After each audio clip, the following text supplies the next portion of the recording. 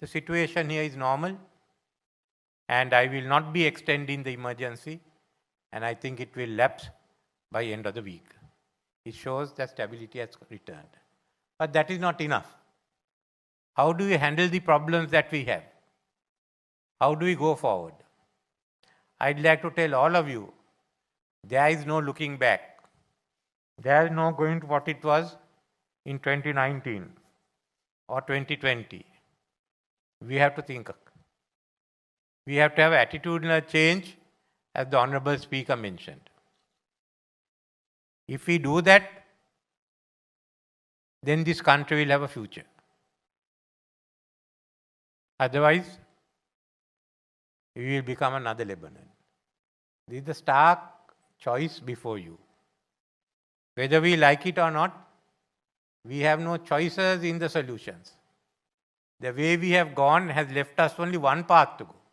There were times when we were looking at getting $2-3 million just to pay off a bill. We are out of that stage now, fortunately. But we are not out of the woods. We cannot go on as an import-dependent economy with the balance of trade not in our favor. What are we going to do now? There is the short term, what you call stabilization. Well, we are now discussing with the IMF to finalize a staff level agreement. And we are at the nitty-gritty.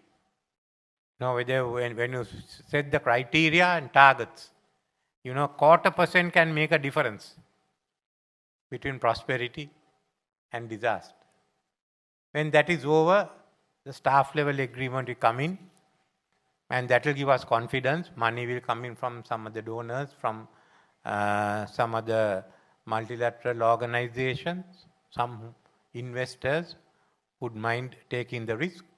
But we still have then, Lazads are preparing our debt sustainability plan. We've got to discuss firstly with our official creditors. Now there are two groups.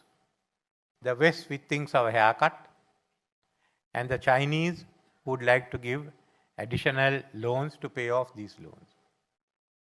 So there has to be one approach. And we are talking with Japan how this could be achieved.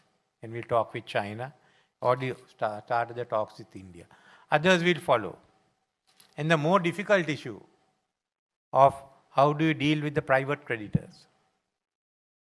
The monies that are invested there are not all by multi-billionaires, remember.